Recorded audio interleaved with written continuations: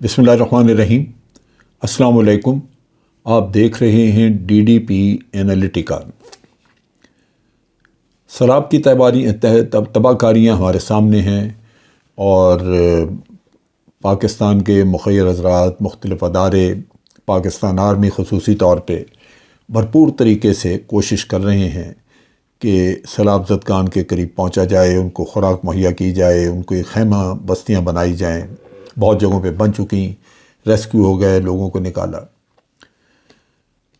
یہ ایک لمبی داستان ہے جو یہاں صرف اتنے کام پہ ختم ہوتی نظر نہیں آ رہی۔ لوگ بے گھر ہو گئے، پانی ابھی تک وہاں موجود ہے۔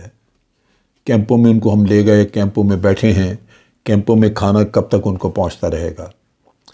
پانی کے اترنے کے نکاس کے راستے مسدود ہیں، نظر نہیں آتا کہ جلدی پانی ختم ہوگا وہاں پہ۔ اس کے ساتھ ساتھ ہی وہاں پہ بیماریاں پھیلنی شروع ہو گئیں، ملیریا، ہیضہ۔ سب سے زیادہ تباہی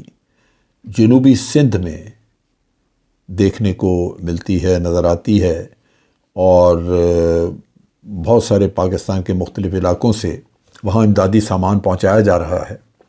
لیکن اس کے باوجود لوگوں کے معاملات سدھرتے نظر نہیں آ رہے۔ وہ بیچارے بے یار و مددگار انہی خیمہ بستیوں میں، کیمپوں میں پڑے ہیں، بعض لوگ کھلے آسمان کے نیچے ابھی تک۔ ایک نئی رپورٹ شائع ہوئی ہے جس میں کہ بہت سارے لوگوں کے انٹرویو وغیرہ کیے گئے،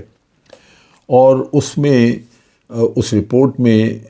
چونکہ یہ دنیا کے بہت سارے ممالک کے بارے میں یہ سروے کیا گیا، تو اس رپورٹ میں پاکستان کے معاملے میں یہ کہا گیا کہ پاکستان ان 5 ملکوں میں شامل ہے جن کے پاس بہت وسائل نہیں، جن کی سکت نہیں کہ وہ بہت بڑے پیمانے پہ کوئی قدرتی آفت آ جائے تو اس کا مقابلہ کر سکیں۔ یعنی دوسرے لفظوں میں دنیا کے باقی تمام ملک ان 5 ممالک سے بہتر ہیں، اچھے حال میں ہیں کہ وہ قدرتی آفات کا کچھ نہ کچھ مقابلہ کر سکتے ہیں۔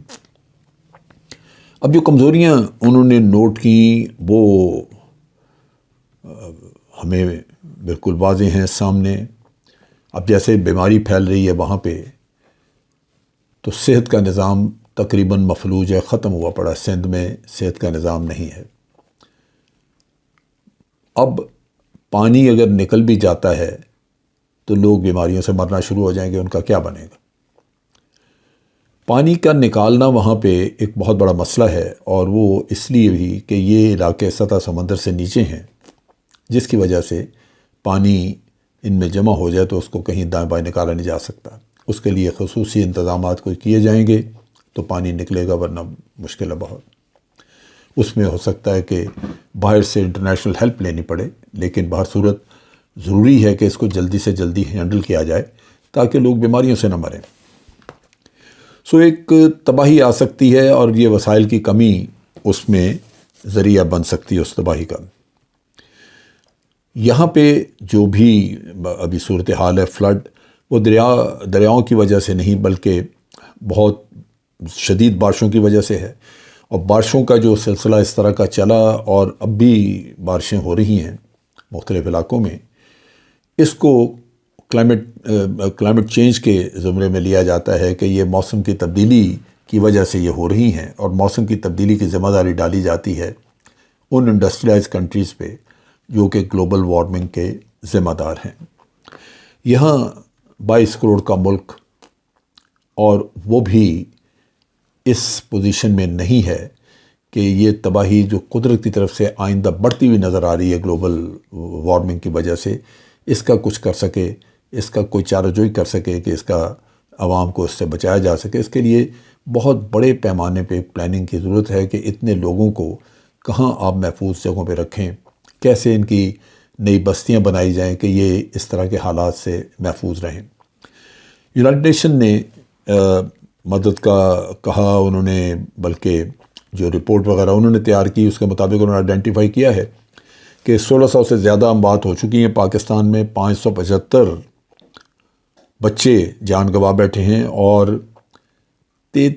تقریباً 3 کروڑ 30 لاکھ لوگ بے گھر ہوئے ہیں، جو کہ ان کے اثاثے، ان کے گھر پانی میں ڈوب گئے ہیں۔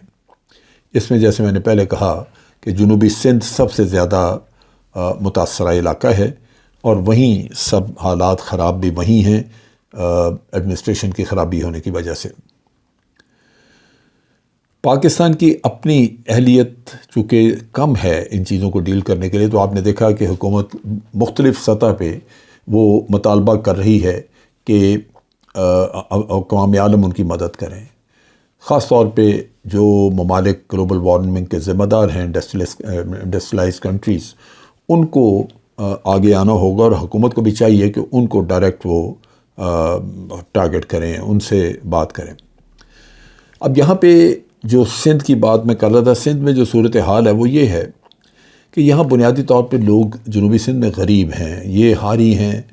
اور یا حکمرانوں کے وڈیروں کے یہ ملازم ہیں، اور ہمیشہ سے ان کا ظلم و ستم سہ رہے ہیں۔ ان کا کوئی پرسان حال نہیں، کیونکہ وہاں پہ وڈیراازم ایسا ہے کہ کسی کے مجال نہیں، جرت نہیں کہ وہ اس وڈیرے کو اس کا چہرہ دکھا سکے یا اس کے سامنے کھڑا ہو کے بات کر سکے۔ لہذا یہ کہ سیلاب نے یہاں پہ جنوبی سندھ میں لوگوں کی زندگیاں بالکل برباد کر کے رکھ دی ہیں۔ ایسے وقت میں ہونا تو یہ چاہیے تھا کہ یہ جو وڈیرے جنہوں نے ان سے ہمیشہ کام لیا، آج وہ ان کے زخموں پہ مرہم رکھتے اور ان مفلوک الحال باسیوں کو کچھ نہ کچھ ان کی مدد کرتے، اپنی دولت سے، اپنے وسائل سے۔ لیکن یہ تو دور کی بات ہے، حقیقت یہ ہے کہ اس سیلابی ریلے میں جو لوگ پھنسے پڑے ہیں وہ ان کی مدد سندھ کے یہ وڈیرے نہیں کر رہے، بلکہ باہر سے آئے ہوئے لوگ کر رہے ہیں، اور یہ اسی طرح کا ظلم و ستم ان پہ اوپر روا رکھے ہیں۔ یعنی ایک فرق کہ یہ غریب غربا ہیں، کمی کمین ہیں، اور ہم وڈیرے ہیں، ہم کیا جانیں کہ یہ کون ہے۔ اب تقریباً 49 لاکھ کے قریب لوگ، 49 لاکھ سے زیادہ لوگ ہیں جو کہ جنوبی سندھ میں متاثر ہیں، بہت بڑی تعداد ہے۔ 400 سے زیادہ یہاں اموات بھی ہو چکی ہیں، لیکن افسوس یہ ہے کہ سندھ کی حکومت، اس کا طرز عمل کچھ ایسا ہے کہ وہ وہاں پہ کام کرتی ہوئی نظر نہیں آتی۔ میں نے مختلف سندھ کے انہی علاقوں میں ویڈیو کلپس دیکھی ہیں، جرنلسٹ کو جاتے آتے دیکھا ہے، فوج جا رہی ہے، وہاں سے ان کے انٹرویو ہو رہے ہیں، لوگوں کے پوچھتے ہیں، وہ جھولیاں اٹھا کے بلاول کو، زرداری کو، ان کو گالیاں دے رہی ہیں، مراد علی شاہ کو گالیاں دے رہے ہیں لوگ۔ کیوں؟ کہ وہ سمجھتے ہیں کہ اس مشکل وقت میں یہ لوگ تھے جن کو آگے آ کے ہمارا ہاتھ پکڑنا چاہیے تھا، مدد کرنی چاہیے تھی، لیکن بدقسمتی کہ یہ لوگ آج نظر نہیں آ رہے۔ پیپلز پارٹی کے رہنماؤں میں سے آغا سراج درانی ہیلی کاپٹر پہ گئے علاقے کا دورہ کرنے کے لیے، تو دورہ تو اوپر سے کیا، لیکن جب ہیلی کاپٹر نیچے اتارا تو چونکہ ہیلی کاپٹر کا روٹر چل رہا ہوتا ہے تو اس کو کسی کو قریب نہیں آنے دیا، دور سے ہاتھ سے اشارہ کرتے رہے کہ لوگ قریب نہ آئیں۔ جبکہ ہیلی کاپٹر کا روٹر جب بند ہوتا تو جا کے آپ کو لوگوں سے ملنا چاہیے تھا، دیکھنا چاہیے تھا، اور جب جائیں تو لازماً کچھ ریلیف کا سامان لے کے جائیں تاکہ لوگوں کو مہیا کریں، لیکن وہ ایسا نہیں ہے۔ یہی لوگ جب الیکشن کے لیے جائیں گے، ووٹ لینے کے لیے، تو آپ دیکھیں گے کہ جیب میں پیسے بھی لے کے جائیں گے، راشن پانی بھی لے کے جائیں گے، کھانے پینے کی چیزیں، اور لوگوں میں تقسیم کریں گے، صرف اس لیے کہ ان کو ووٹ مل جائے۔ یہ وہ بدقسمتی ہے جو سندھ کے عوام آج جھیل رہے ہیں۔ تمام ملک ہمارا اس وقت اکثر علاقے سیلاب سے متاثر ہیں، لیکن یہاں ایک اور دکھ سندھ میں، جنوبی سندھ میں دوسرے علاقوں کی نسبت ایک زیادہ مسئلہ ہے۔ وہ یہ ہے کہ ان وڈیروں نے اپنے کام دھندے چلانے کے لیے ڈاکو پالے ہوتے ہیں، جو کہ مختلف علاقوں میں ان کا سکہ رائج کرتے ہیں، ان کی عملداری کو مضبوط بناتے ہیں۔ آج وہ ڈاکو ہیں، وہ الٹا وہ جو ریلیف کا سامان پاکستان کے باقی علاقوں سے پہنچ رہا ہے وہاں پہ، وہ اس کو لوٹنے میں مصروف ہیں، اور کئی جگہوں پہ تو بہت سارا سامان سننے میں آتا ہے کہ وڈیروں یا انڈسٹریلسٹ کے پاس پہنچا ہوا ہے۔ یہ سیلاب میں پھنسے ہوئے لوگ بلکتے، بھوکے، روتے دھوتے، ان کا حق تھا کہ ان کو یہ چیزیں ملتی جو درد مندوں نے ان کو بھجوائیں،